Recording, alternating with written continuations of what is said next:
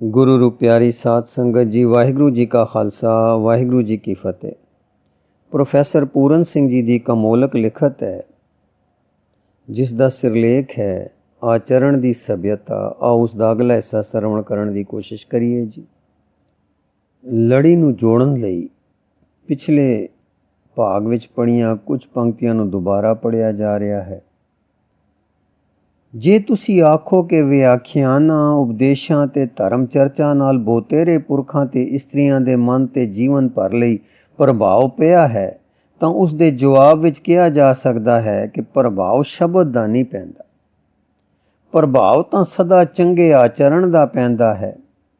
साधारण उपदेश तां हर एक गिरजे, हर एक मठ ते हर एक मसीत विच आउंदा रहिंदा है, पर उस दा प्रभाव साडे मन ते उस समय पैंदा है ਜਦੋਂ गिरजे ਦਾ ਪਾਦਰੀ ਆਪ ਈਸਾ ਤੇ ਮੰਦਰ ਦਾ ਪੁਜਾਰੀ ਬ੍ਰਹਮ ਰਿਸ਼ੀ ਜਾਂ ਮਸੀਤ ਦਾ ਮੁੱਲਾ ਆਪ ਪੈਗੰਬਰ ਜਾਂ ਰਸੂਲ ਹੋ ਗਿਆ ਹੁੰਦਾ ਹੈ। ਜੇਕਰ ਕੋਈ ਬ੍ਰਾਹਮਣ ਕਿਸੇ ਡੁੱਬਦੀ ਕੰਨਿਆ ਨੂੰ ਬਚਾਉਣ ਲਈ ਉਹ ਕੰਨਿਆ ਭਾਵੇਂ ਕਿਸੇ ਜ਼ਾਤ, ਕਿਸੇ ਪਰਿਵਾਰ ਤੇ ਕਿਸੇ ਦੇਸ਼ ਦੀ ਕਿਉਂ ਨਾ ਹੋਵੇ, ਆਪਣੇ ਆਪ ਨੂੰ ਗੰਗਾ ਵਿੱਚ ਠੇਲ ਦੇਵੇ, ਫਿਰ ਜਾਨ ਉਸ ਦੀ ਇਸ ਯਤਨ ਵਿੱਚ ਚਾਹੇ ਰਹੇ ਚਾਹੇ ਜਾਵੇ ਤਾਂ ਇਸ ਯਤਨ ਦੀ ਪ੍ਰੇਰਣਾ ਦੇਣ ਵਾਲੇ ਆਚਰਣ ਦੀ ਅਬੋਲ ਭਾਖਾ ਕਿਸ ਦੇਸ਼, ਕਿਸ ਜਾਤੀ ਤੇ ਕਿਸ ਕਾਲ ਵਿੱਚ ਕੌਣ ਨਾ ਸਮਝ ਸਕੇਗਾ। ਪ੍ਰੇਮ ਦਾ ਆਚਰਣ, ਦਇਆ ਦਾ ਆਚਰਣ, ਕੀ ਪਸ਼ੂ ਕੀ ਮਨੁੱਖ, ਸੰਸਾਰ ਦੇ ਸਾਰੇ ਜੀਵ ਆਪ ਤੋਂ ਆਪ ਜਾਣ ਜਾਂਦੇ ਹਨ।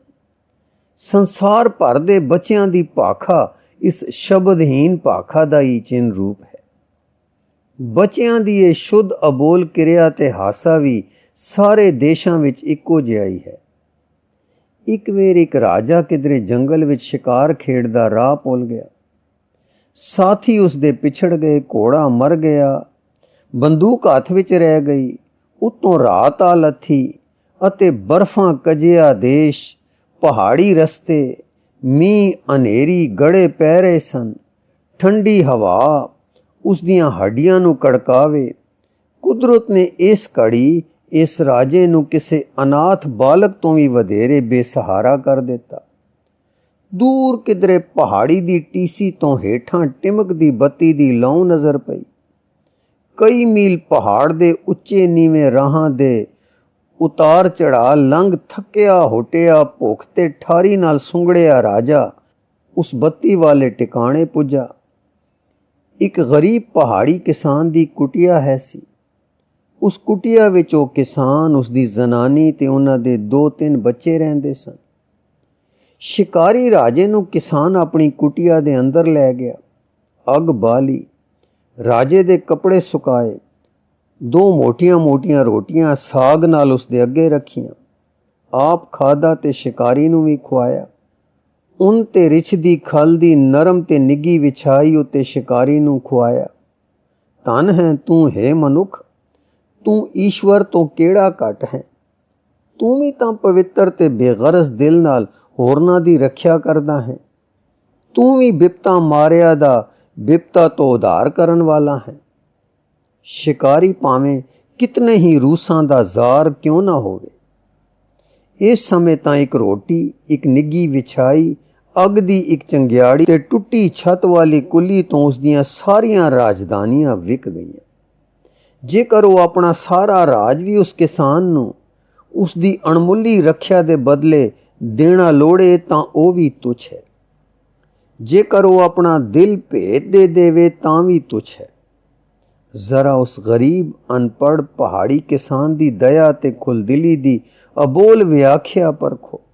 ਭਾਵੇਂ ਸ਼ਿਕਾਰੀ ਨੂੰ ਪਤਾ ਲੱਗੇ ਭਾਵੇਂ ਨਾ, ਪਰ ਰਾਜੇ ਦੇ ਅੰਦਰਲੇ ਦੇ ਅਬੋਲ ਜੀਵਨ ਵਿੱਚ ਉਸਨੇ ਰੱਬੀ ਖੁੱਲ੍ਹਦਿਲੀ ਦੀ ਕਲਮ ਉਸ ਕਿਸਾਨ ਨੇ ਲਾ ਦਿੱਤੀ। ਸ਼ਿਕਾਰ ਵਿੱਚ ਅਣਭੋਲ ਰਾਹ ਭੁੱਲ ਜਾਣ ਤੇ ਜਦੋਂ ਇਸ ਰਾਜੇ ਨੂੰ ਗਿਆਨ ਦਾ ਇੱਕ ਪ੍ਰਮਾਣ ਮਿਲ ਗਿਆ ਤਾਂ ਕੌਣ ਕਹਿ ਸਕੇਗਾ ਕਿ ਸ਼ਿਕਾਰੀ ਦਾ ਜੀਵਨ ਚੰਗਾ ਨਹੀਂ। ਕੀ ਜੰਗਲ ਵਿਚਲੇ ਅਜਿਹੇ ਜੀਵਨ ਵਿੱਚ ਅਜਿਹੇ ਵਿਆਖਿਆਨਾਂ ਥੀ ਮਨੁੱਖ ਜੀਵਨ ਸਹਿਜੇ ਨਵਾਂ ਰੂਪ ਨਹੀਂ ਧਾਰਨ ਕਰਦਾ। ਜਿਸ ਨੇ ਸ਼ਿਕਾਰੀ ਜੀਵਨ ਦੀਆਂ ਔਕੜਾਂ ਨਹੀਂ ਚਲੀਆਂ, ਉਹ ਕੀ ਜਾਣੇ ਕਿ ਇਸ ਪ੍ਰਕਾਰ ਦੇ ਜੀਵਨ ਓਲੇ ਕਿਸ ਮਿੱਠਤ ਦੇ ਆਚਰਣ ਦਾ ਵਿਕਾਸ ਹੁੰਦਾ ਹੈ।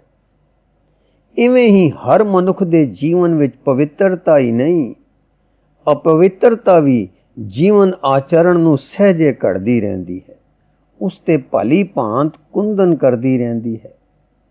ਜਗਈ ਤੇ ਮਦਈ ਜੇ ਪੱਕੇ ਲੁਟੇਰੇ ਨਾ ਹੁੰਦੇ ਤਾਂ ਮਹਾਂਪ੍ਰਭੂ ਚੇਤਨ ਦੇ ਆਚਰਣ ਸੰਬੰਧੀ ਅਣਬੋਲੇ ਪ੍ਰਚਾਰ ਨੂੰ ਕਿਵੇਂ ਧਾਰਨ ਕਰਦੇ।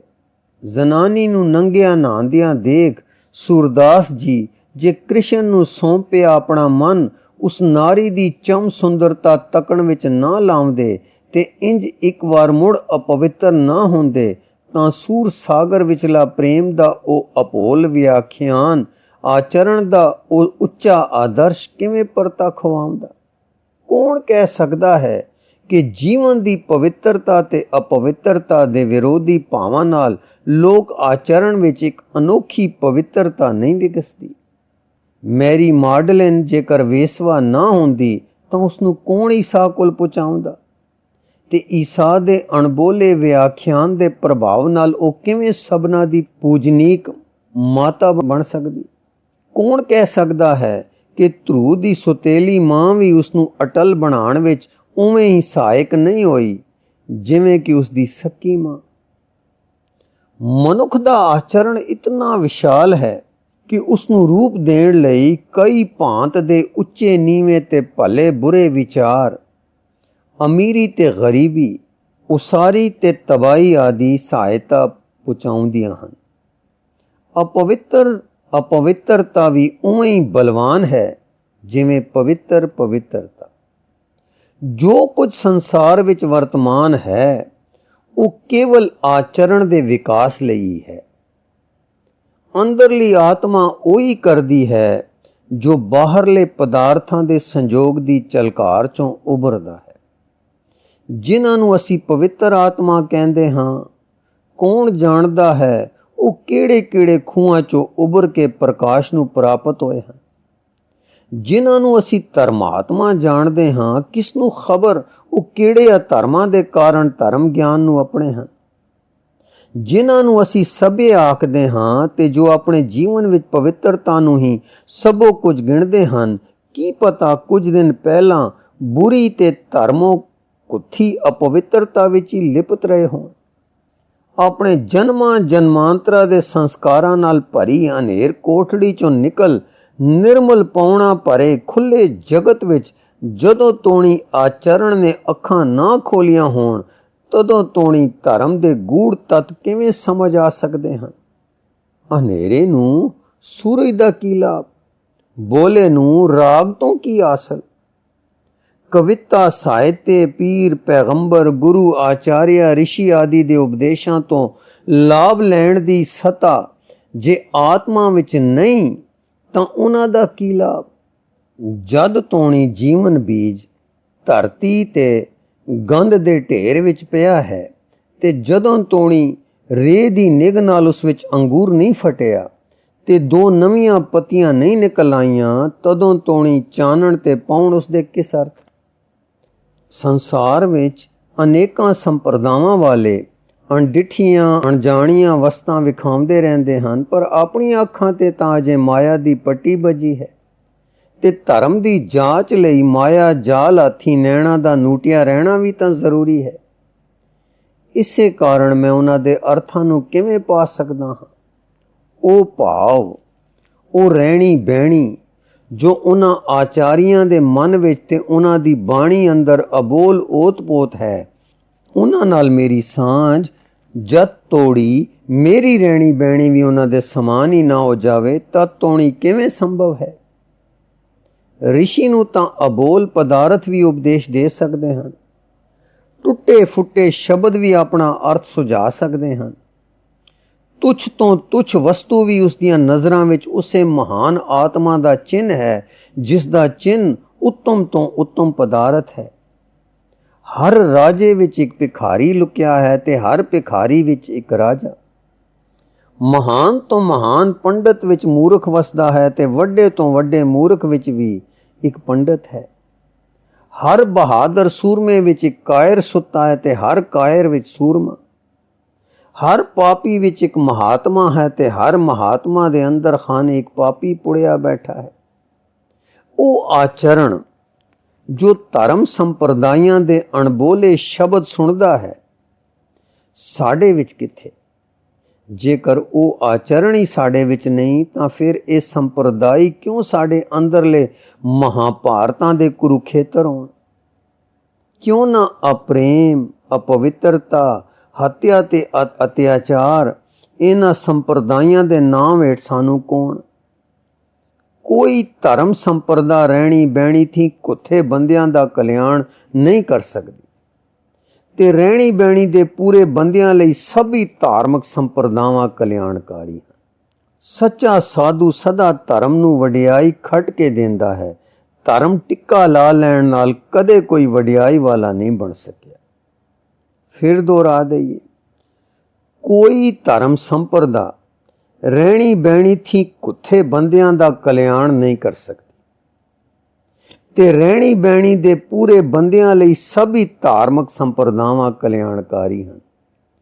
ਸੱਚਾ ਸਾਧੂ ਸਦਾ ਧਰਮ ਨੂੰ ਵਡਿਆਈ ਖੱਟ ਕੇ ਦਿੰਦਾ ਹੈ। ਧਰਮ ਟਿੱਕਾ ਲਾ ਲੈਣ ਨਾਲ ਕਦੇ ਕੋਈ ਵਡਿਆਈ ਵਾਲਾ ਨਹੀਂ ਬਣ ਸਕਿਆ। ਆਚਰਣ ਦਾ ਵਿਕਾਸ ਹੀ ਜੀਵਨ ਦਾ ਸਭ ਤੋਂ ਵੱਡਾ ਉਪਦੇਸ਼ ਹੈ।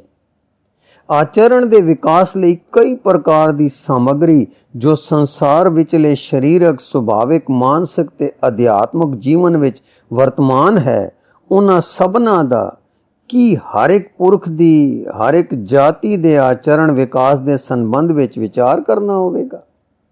ਆਚਰਣ ਦੇ ਵਿਕਾਸ ਲਈ ਜੋ ਵੀ ਹੀਲੇ ਹਨ, ਉਹਨਾਂ ਸਭਨਾਂ ਦੇ ਆਚਰਣ ਨੂੰ ਜਥੇਬੰਦ ਕਰਨ ਵਾਲੇ ਧਰਮ ਦਾ ਅੰਗ ਮੰਨਣਾ ਪਵੇਗਾ। ਭਾਵੇਂ ਕੋਈ ਕਿੰਨਾ ਹੀ ਵੱਡਾ ਮਹਾਤਮਾ ਕਿਉਂ ਨਾ ਹੋਵੇ, ਉਹ ਦ੍ਰਿੜਤਾ ਨਾਲ ਇਹ ਨਹੀਂ ਕਹਿ ਸਕਦਾ ਕਿ ਇੰਝ ਹੀ ਕਰੋ, ਹੋਰ ਕਿਵੇਂ ਨਹੀਂ। ਆਚਰਣ ਦੀ ਸਭਿਅਤਾ ਦੀ ਪ੍ਰਾਪਤੀ ਲਈ ਉਹ ਸਭ ਨੂੰ ਇੱਕੋ ਰਾਹ ਨਹੀਂ ਦੱਸ ਸਕਦਾ। ਆਚਰਣ ਵਾਲਾ ਮਹਾਤਮਾ ਆਪ ਵੀ ਕਿਸੇ ਹੋਰ ਦੀ ਦਸੀ ਰਾਹ ਥੀ ਨਹੀਂ ਆਇਆ। ਉਸਨੇ ਆਪਣੀ ਰਾਹ ਆਪ ਲੱਭੀ ਤੇ ਸਿਰਜੀ ਸੀ। ਇਸ ਲਈ ਉਸਦੇ ਸੱਜੇ ਰਾਹ ਤੇ ਚੱਲ ਕੇ ਅਸੀਂ ਵੀ ਆਪਣੇ ਆਚਰਣ ਨੂੰ ਆਦਰਸ਼ ਦੇ ਸਾਂਚੇ ਵਿੱਚ ਨਹੀਂ ਢਾਲ ਸਕਦੇ। ਸਾਨੂੰ ਵੀ ਆਪਣਾ ਰਾਹ ਆਪਣੇ ਜੀਵਨ ਦੇ ਕਈ ਫਾਵੜੇ ਦੀ ਇੱਕ ਇੱਕ ਟੰਕਾਰ ਨਾਲ ਰਾਤ ਦਿਨ ਆਪ ਸਿਰਜਣਾ ਪਵੇਗਾ ਤੇ ਆਪ ਹੀ ਉਸ ਤੇ ਚੱਲਣਾ ਪਵੇਗਾ। ਫਿਰ ਦੁਹਰਾ ਦਈਏ, ਭਾਵੇਂ ਕੋਈ ਕਿੰਨਾ ਹੀ ਵੱਡਾ ਮਹਾਤਮਾ ਕਿਉਂ ਨਾ ਹੋਵੇ, ਉਹ ਦ੍ਰਿੜਤਾ ਨਾਲ ਇਹ ਨਹੀਂ ਕਹਿ ਸਕਦਾ ਕਿ ਇੰਝ ਹੀ ਕਰੋ, ਹੋਰ ਕਿਵੇਂ ਨਹੀਂ। ਆਚਰਣ ਦੀ ਸਭਿਅਤਾ ਦੀ ਪ੍ਰਾਪਤੀ ਲਈ ਉਹ ਸਭ ਨੂੰ ਇੱਕੋ ਰਾਹ ਨਹੀਂ ਦੱਸ ਸਕਦਾ। ਆਚਰਣ ਵਾਲਾ ਮਹਾਤਮਾ ਆਪ ਵੀ ਕਿਸੇ ਹੋਰ ਦੀ ਦਸੀ ਰਾਹ ਥੀ ਨਹੀਂ ਆਇਆ। ਉਸਨੇ ਆਪਣੀ ਰਾਹ ਆਪ ਲੱਭੀ ਸਿਰਜੀ ਸੀ। ਇਸੇ ਲਈ ਉਸ ਦੇ ਸਾਜੇ ਰਾਹ ਤੇ ਚੱਲ ਕੇ ਅਸੀਂ ਵੀ ਆਪਣੇ ਆਚਰਣ ਨੂੰ ਆਦਰਸ਼ ਦੇ ਸਾਂਚੇ ਵਿੱਚ ਨਹੀਂ ਢਾਲ ਸਕਦੇ। ਸਾਨੂੰ ਵੀ ਆਪਣਾ ਰਾਹ ਆਪਣੇ ਜੀਵਨ ਦੇ ਕਈ ਫਾਵੜੇ ਦੀ ਇੱਕ ਇੱਕ ਟੰਕਾਰ ਨਾਲ ਰਾਤ ਦਿਨ ਆਪ ਸਿਰਜਣਾ ਪਵੇਗਾ ਅਤੇ ਆਪ ਹੀ ਉਸ ਤੇ ਚੱਲਣਾ ਵੀ ਪਵੇਗਾ। ਹਰ ਕਿਸੇ ਨੂੰ ਆਪਣੇ ਆਪਣੇ ਥਾਂ ਤੇ ਸਮੇਂ ਅਨੁਸਾਰ ਆਪਣੇ ਰੱਬ ਦੀ ਪ੍ਰਾਪਤੀ ਲਈ ਆਪਣੀ ਬੇੜੀ ਆਪ ਖੇਣੀ ਪਵੇਗੀ। ਗੁਰੂ ਰੂ ਪਿਆਰੀ ਸਾਧ ਸੰਗਤ ਜੀ, ਇਸ ਲਿਖਤ ਦਾ ਅਗਲਾ ਹਿੱਸਾ ਆਪ ਜੀ ਨੂੰ ਅੱਗੇ ਪੜ੍ਹ ਕੇ ਸਰਵਣ ਕਰਾਉਣ ਦੀ ਕੋਸ਼ਿਸ਼ ਕਰਾਂਗੇ ਜੀ। ਵਾਹਿਗੁਰੂ ਜੀ ਕਾ ਖਾਲਸਾ, ਵਾਹਿਗੁਰੂ ਜੀ ਕੀ ਫਤਿਹ।